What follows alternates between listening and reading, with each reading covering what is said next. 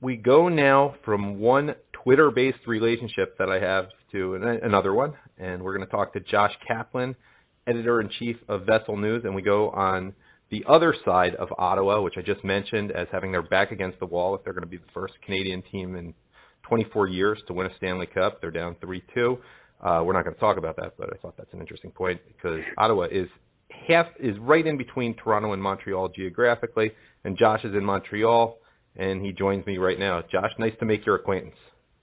Thanks for having me. So the big story today, obviously, is the jihad in Manchester. I just spoke with Harry Kachatrian about that. Wanted to get your overall take on it. Obviously, you're against it. It was upsetting, and no one's going to do anything about it. But beyond that, any insights you might have?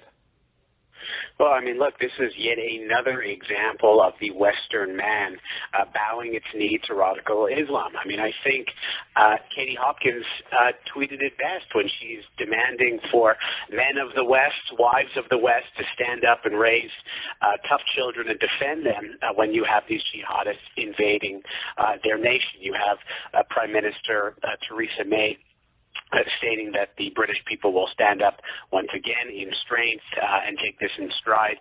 So what you're seeing is the same rhetoric coming out of the terror attack out in Manchester, manifesting again within the public sphere. And it's coming to a point after we hear Mayor Khan of London, the French President Macron, both stating that terrorism is going to be a mainstay in Europe. So people are just looking around and asking themselves, where is the leadership? It's not there. I mean, it's something almost psychological, I guess, their way of coping with the fact that they're losing their country, their civilization, and, I mean, it's just, I don't get it. I mean, being an observant Jew, that's not the way we see things. I mean, I just don't understand how they can, especially men. I mean, women aren't supposed to be the ones defending and protecting to the same extent, except in a very warped society. How do you react if you're a man, if you're a father of a girl? I mean, this is after Rotherham, of course, too. I assume people don't know that or they can Google it. No, listen, you and I are in agreement on this, and I believe the audience as well. And there were tall signs, in addition to security apparatus within London, knowing full well who the perpetrator was prior to him carrying out the attack. Even his neighbors in Manchester spotted very abnormal behavior all of a sudden within the past few weeks, and he had not done this prior.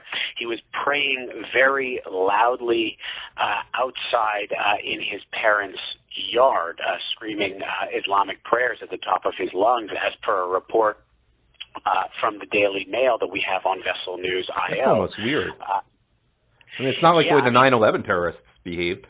They were very discreet about it. No, not at all.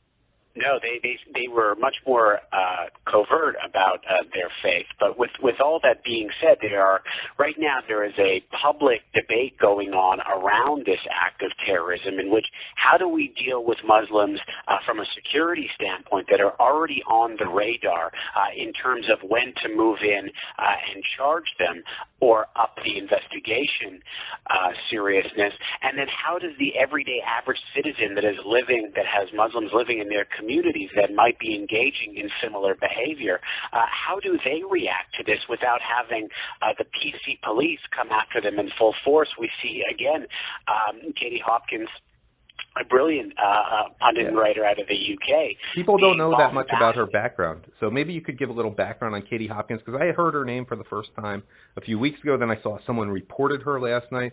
But if you don't mind giving a little background on her, I think people might appreciate it. They might start following her on Twitter, etc. Sure. Well, so Katie Hopkins is a columnist for the Daily Mail UK, which is the largest English-speaking newspaper in the world. It is frequently linked to the main headline of Drudge on a daily basis. It's a wonderful publication that has everything that you're looking for, whether it be politics, news, or entertainment. And Katie is a brilliant writer for the Daily Mail. And in addition, she has a radio show on the London Broadcasting Corporation. And you can hear her nightly. This is the same broadcaster that Nigel Farage is a part of. So she's really one of the mainstay voices within the right in Britain that is standing up to the radical jihadists and the political policemen, the political correct policemen, and standing up and saying, we can't take this anymore. And she's been one of the loudest voices. Yeah, you have an article on that I saw on Vessel News already. And I imagine there are a lot of Brits who silently agree with her but are afraid to say so. I mean, yes, and not only, yes, I mean, not only are there many Brits that agree with her, but if you look at the flip side, there are many that don't, and it's playing out on Twitter very publicly on all places. So, while people are so focused on the terror attack and all the carnage and tragedy that this has wrought, there are also many people on Twitter that are tweeting at the London police to look into Katie Hopkins' tweets for hate crimes. So we're seeing this play out as well, and that is just mind-blowing. Are they actually doing it, or are they dropping what they're doing with the investigation here so they can look into her hate crimes?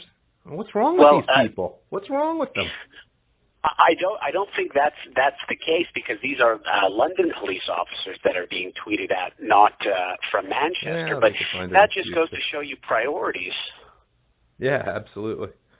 Absolutely. And I mean, I'm just seeing some random stuff. I saw that you retweeted, I guess it was late last night, someone named Hannah. I was trying to follow this. She wrote, to all the media, I'm not doing interviews, phone calls. I'm shocked, trying to comprehend what's happened. I don't want to talk. Thanks, X. But what was that all about, that one? Or is that just...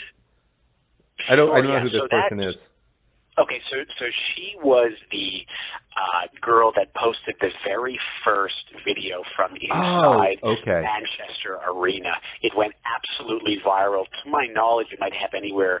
Last night, I think it had about 30,000 retweets. I could be wrong on the number, but this went absolutely viral. It was the first video out, and so of course she was a person of interest to both law enforcement and the media, and she just had to tell everybody to back off. Yeah, well, that makes sense. I mean, I guess she has no special insights into it other than she happened to be there. There was a great point, I think it was Jack Posobiec made, maybe it was Mike Cernovich or Stefan Molyneux or someone else, that the press likes to get videos like that and borrow the rights and then monetize them essentially by running advertisements after, even with a dramatic commercial right before showing it. It's just an interesting point on the world we live in right now. Yeah, no, it's interesting. I actually got a DM from somebody who is over at the Associated Press. One of the videos that I had obtained and uploaded onto Twitter, they had asked if I could actually upload that video onto a platform that they operate. They'll run ads against it, and they would give me a portion of the revenue. I never responded, but that's also something that is going on behind the scenes as well. Old media, yeah, they're not that much different from what they call the fake news. Everyone's just trying to monetize, and I figure my strategy, and I imagine this is it for Vessel News, is just try to be an honest provider of the information and analysis as you see it. And, well, maybe you could tell me a little bit. No, I want to get to Vessel News after I do this. There's one meme that you retweeted that I made a point to find from a couple months ago. I love this. Emergency plan, 10 steps in case of a terrorist attack in European city. Let me just repeat it for the audience. You have to see it because it's currently my Facebook profile picture. I'll leave it up for a day or so. Let me read it to people, even though they leave out teddy bears here. Here's the emergency plan. 1, tearful cartoons.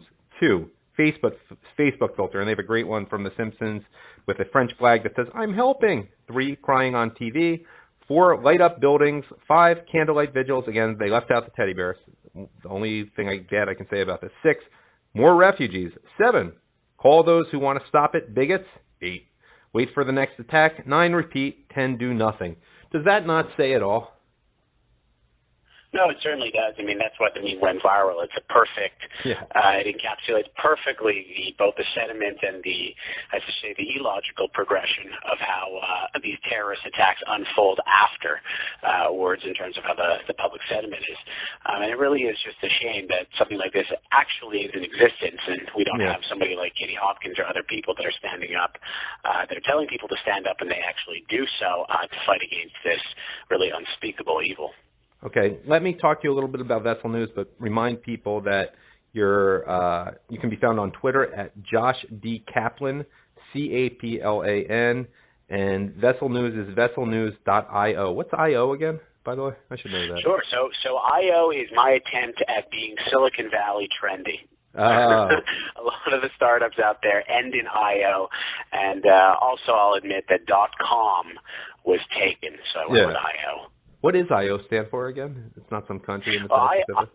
Well, actually, there are those that say that Vessel News is actually an operation out of the Indian Ocean because it's .io. But is that what it means?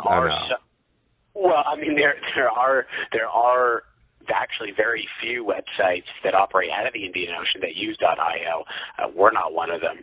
We're based in Canada, and in terms of our news, we're globally focused, but mainly American-facing. But it has nothing to do with the Indian Ocean. Okay. Yeah, I'm a fan of Ace of Spades that uses NU, which is Niue, some tiny island in the Indian Ocean. As we finish, Josh, can you just tell me what your basic philosophy and what you bring at Vessel News that's different from what others are bringing is? I'll let you sell yourself a little bit here.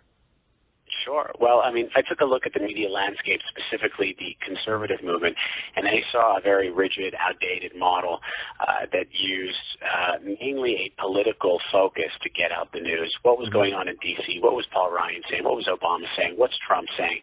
And it didn't necessarily speak to all the other aspects of a conservative's personality, whereas artistic, whereas interested, whereas entrepreneurial in food and business and technology and innovation, like everybody else. But I didn't see a website that was more of a conservatarian lifestyle website that had technological innovation, news on politics, food, and weird news as well. I thought it was way too rigid.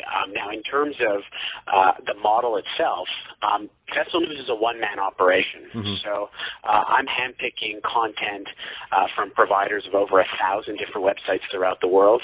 I'm taking large swarms of the article, posting them on Vessel News, and fully citing and linking back to the original sources. So what that enables me to do is operate one of the leanest, most nimble newsrooms, as I call it, in the world, where I'm curating content, and oftentimes I'm the second news outpost to get out information about a story that might have been broken first by somebody else. So it really affords readers an opportunity to get the news as fast as they possibly could, and also give them a perspective that touches on every single one of their interests, which I didn't see in the conservative movement. Well, great. Sounds like you're doing great work, and I appreciate your joining today. Josh Caplan, it's been a pleasure. Keep in touch.